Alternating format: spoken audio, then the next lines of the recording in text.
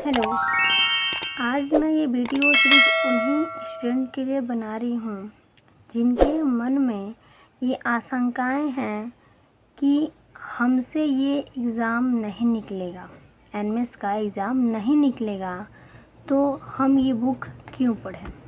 ठीक है, मैं आपको सबसे पहले बता देना चाहती हूँ कि इस बुक को पढ़ना सिर्फ हमारा मोटो एग्ज़ाम निकालना नहीं है। इस बुक को पढ़ने से बहुत सारे बेनिफिट्स हैं। ठीक है, उसी टॉपिक्स पर मैं आज बात करूँगी। इस बुक को मेरे अकॉर्डिंग पढ़ने से आपको क्या बेनिफिट है और क्या आपको लॉस है, आज मैं बताऊँगी। ठीक है, मुझे लगता है कि इस बुक को पढ़ने से हमको 5 बेनिफिट है और मुझे नहीं लगता कि इस बुक को पढ़ने से किसी भी प्रकार का आपका लॉस होगा। हाँ, भले ही आपको इस बुक को नहीं पढ़ने से कुछ लॉस हो सकता है। ठीक है, तो वही आज हम जानेंगे कि आखिर इस बुक को पढ़ने से हमें क्या बेनिफिट है। ठीक है, तो सबसे पहले हमें लगता है कि इस बुक को पढ़ने से हमें 5 बेनिफिट हैं, जो कि इस प्रकार हैं। शॉर्ट में मैं लिखती हूँ, लेकिन मैं आपको डिटेल में बताऊँगी कि आखिर ये है क्या। ठीक है, देखिए, इस बुक को पढ़ने से सबसे पहला बेनिफिट आपका ये है कि आपको सब्जेक्ट का नॉलेज हो जाएगा। सब्जेक्ट का नॉलेज कहने का मतलब आपको math, reasoning, history, geography, civics और फिजिक्स, केमिस्ट्री, बायोलॉजी का नॉलेज हो जाएगा। ठीक है, बहुत लोग को तो ये समझ में नहीं आता है कि आखिर रीजनिंग होता क्या है, रीजनिंग आखिर क्वेश्चन कैसा होता है। तो आपको इस बुक को पढ़ने से कुछ तो नॉलेज हो जाएगा। मानते हैं 100% नहीं, बट 80% तो आपको सब्जेक्ट के बारे में नॉलेज हो जाएगा। ठीक है, इस बुक को पढ़ने से सिर्फ 8 क्लास का कॉन्सेप्ट आपका क्लियर नहीं होगा, आपका 8, 9th, 10th, 11th, 12th और यहाँ तक कि कॉम्पिटिटिव एग्ज़ाम में भी आपको बहुत इस बुक से हेल्प मिलेगा। क्योंकि मैं इस खुद बुक को पढ़ी हूँ, आज मुझे इस बुक से बहुत हेल्प मिलता है। इसीलिए मेरे साथ जो घटना हुआ है मैं उसको आपके साथ शेयर कर रही हूँ। मैं ऐसे ही कुछ फालतू बातें आपसे मैं नहीं कर रही हूँ। मैं खुद इस बुक को पढ़ी हूँ और पढ़ाती भी हूँ। और इस बुक को बहुत लोग नहीं जानते हैं, क्योंकि इस बुक के बारे में किसी को ज़्यादा नॉलेज है ही नहीं, तो कोई बताएगा क्या। जो इस एग्ज़ाम को क्वालिफाई किया रहेगा वही तो इसके बारे में नॉलेज बताएगा ना। तो मैं इस एग्ज़ाम को क्वालिफाई की हूँ, तो इस बुक को पढ़ी हूँ, तो इसके बारे में हमको जानकारी है। तो मैं भी चाहती हूँ कि आप भी इसके बारे में जानकारी लीजिए और सरकार के इसके लाभ भी उठाइए। इसमें बहुत सारे आपको फ़ायदे हैं। ठीक है, आपको पहला तो नॉलेज समझ में आ गया कि इससे हमको पहले सब्जेक्ट का नॉलेज हो जाएगा। ठीक, दूसरा है आपको एग्ज़ाम देने का नॉलेज हो जाएगा। ठीक है, देखिए, पढ़ना ही बड़ी बात नहीं है, एग्ज़ाम देना भी बड़ी बात है। बहुत लोगों को एग्ज़ाम देने नहीं आता है, खुद हमें भी नहीं आ रहा था।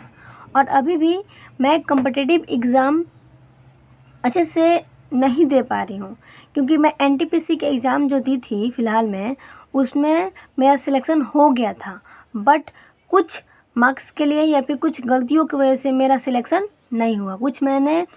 मैं गलती कर दी थी जिसकी वजह से मेरा सिलेक्शन नहीं हुआ, नहीं तो मेरा एनटीपीसी एग्ज़ाम निकल जाता। मेरा बहुत अच्छा स्कोर गया था। उसमें हमको एग्ज़ाम ही नहीं देने आ रहा था, कंप्यूटर बेस्ड एग्ज़ाम होता था, तो होता है उसमें हमको एग्ज़ाम समझ में नहीं आ रहा था कि कैसे एग्ज़ाम होता है, क्या होता है। अभी उतना मेरे को उसके बारे में नॉलेज नहीं था। तो इसी नॉलेज को हम गेन करने के लिए एसएससी का फॉर्म फिलअप किए हैं फ़िलहाल में ही, जिसका मेरा जून या जुलाई में मेरा 20 तारीख से शायद इसका एग्ज़ाम भी होने वाला है। उसका मैं पढ़ाई नहीं करती हूँ, फिर भी मैं सिर्फ फॉर्म फिलअप की हूँ। क्यों?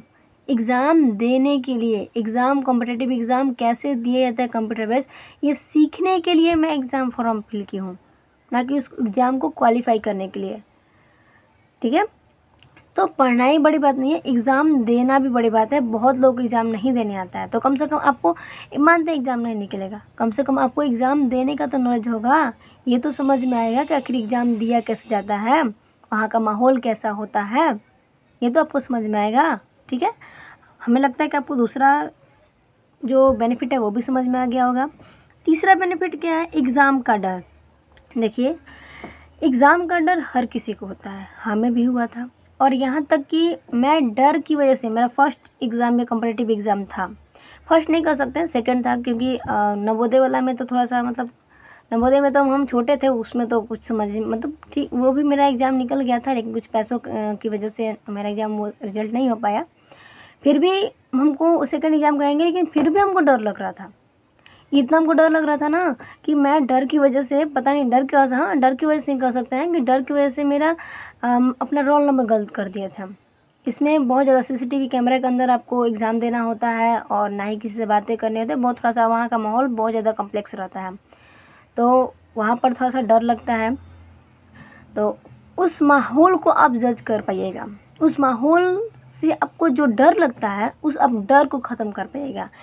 हम ये कह सकते हैं कि इस एग्ज़ाम को देने से हमको 10th में बिल्कुल भी डर नहीं लग रहा था। क्योंकि आप खुद सोचिए, आप जब पहाड़ पर चढ़ जाइएगा तो आपको पेड़ पर चढ़ने में डर लगेगा नहीं ना। जब जब हम सीसीटीवी कैमरा के अंदर एग्ज़ाम दे दिए, तो वही जो 10th का एग्ज़ाम होता है कॉलेजों में, वो एग्ज़ाम हमारे लिए क्या है, कुछ भी नहीं। तो इसीलिए हम यही बात हम अपने मन में रखे थे और हमको बिल्कुल भी डर नहीं लग रहा था, और इसीलिए मेरा 10th का रिज़ल्ट भी बहुत अच्छा आया है। और हाँ, 10th का रिज़ल्ट मेरा अच्छा आने में इस बुक का भी हाथ है, बहुत हाथ है, क्योंकि इस बुक से मुझे बहुत बेनिफिट मिला है।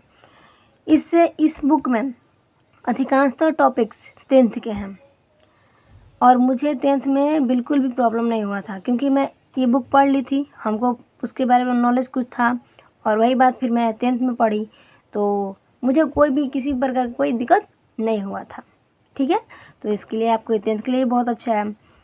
ठीक है, तो आपका सबसे पहले एग्ज़ाम डर ख़त्म होगा, एग्ज़ाम देने का आपको नॉलेज होगा, कैसे एग्ज़ाम दिया जाता है, वहाँ से जो डर लगता है एग्ज़ाम के प्रति वो डर आपका ख़त्म हो जाएगा। ठीक है, तीसरा बेनिफिट तो हमको मिल गया।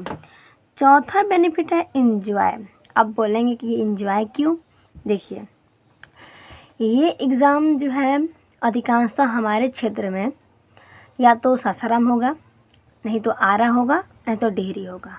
ठीक है, अभी फ़िलहाल में मतलब जब तक मेरा तो सासाराम तक क्या दिया था सेंटर, तो मैं जो है, मैं एग्ज़ाम देने के मोटो से नहीं गई थी, मैं घूमने के लिए गई थी। मन में मेरा ये था कि छोड़ो ना, एग्ज़ाम निकलेगा चाहे नहीं निकलेगा, कम से कम घूमेंगे तो। उस समय जब मैं एग्ज़ाम दी थी, तो 2022 में मैं एग्ज़ाम दी थी, तो उस समय थोड़ा सा शायद पायलट बाबा का बहुत ज़्यादा प्रचलन था, बन रहे थे उस टाइम वहाँ का। तो मैं ये सोची थी कि चलो एग्ज़ाम निकलेगा चाहे नहीं निकलेगा, कम से कम पायलट बाबा घूमा जाएगा। तो बस इसी मोटो से गई थी मैं। तो आप भी अगर एग्ज़ाम देने जाइएगा, या फिर आपका आरा पड़े सेंटर या सासाराम पड़े चाहे डिहरी पड़े, आपको घूमने को लिए मिलेगा, यानी कि आपका एंजॉय भी हो जाएगा। ठीक है, और सबसे लास्ट बेनिफिट, अगर ये एग्ज़ाम निकल जाता है तो आपको 4 ईयर 12,000 रुपया मिलेगा, यानी कि टोटल आपको 48,000 रुपया मिलेगा। सोचिए, अगर आपका एग्ज़ाम निकल जाता है तो। अगर आपका एग्ज़ाम नहीं निकलता है तो आपको 4 बेनिफिट मिलेगा। ठीक है, पहला आपको सब्जेक्ट का नॉलेज हो जाएगा, दूसरा आपको एग्ज़ाम देने का नॉलेज हो जाएगा, तीसरा आपको एग्ज़ाम से जो डर होता है वो ख़त्म हो जाएगा, और चौथा आप एग्ज़ाम देने जाइएगा तो थोड़ा सा एंजॉय भी कर लीजिएगा। नहीं निकलेगा तो क्या हुआ, पैसे नहीं मिलेगा, 4 ठो बेनिफिट तो मिलेगा ना हमको, एक नहीं मिलेगा। तो एक की वजह से क्या हम इस एग्ज़ाम को नहीं देंगे? एक नहीं मिला तो नहीं मिला, वो तो किस्मत में है, अगर हो मतलब होगा तो निकल ही जाएगा, नहीं होगा तो नहीं निकलेगा। ये तो मेरिट बेस्ड एग्ज़ाम होता है, जितना इसमें जो कट ऑफ जाता है, कट ऑफ के अकॉर्डिंग, अगर कम कट ऑफ गया तो आपका सिलेक्शन हो जाएगा, नहीं हुआ ज़्यादा तो आपका सिलेक्शन नहीं होगा। पिछली बार तो शायद हमको लगता है कि 75 के ओवर ही रिजल्ट हो गया था, जिसका 75 से ओवर नंबर था उसका ही रिजल्ट हो गया था। इस बार का कट ऑफ थोड़ा हाई गया है, लेकिन पिछली बार तो हो गया था। तो इससे क्या मैंने करता कि मेरा एग्ज़ाम निकला या नहीं निकला। हम भी लोग क्या कॉम्पिटिटिव एग्ज़ाम जो देते हैं वो एग्ज़ाम निकल ही जाता है नहीं, तो क्या हुआ, हम लोग पढ़ना छोड़ देते हैं। अरे इस बार नहीं निकला, क्या हुआ, अगला बार ट्राई करेंगे। मेरा एनटीपीसी इस बार नहीं हुआ, कोई बात नहीं, नहीं हुआ तो अगला बार ट्राई करेंगे। अगला बार जो गलती हम इस बार की हैं अगला बार वो गलती नहीं करेंगे, ये ना कर सकते हैं हम।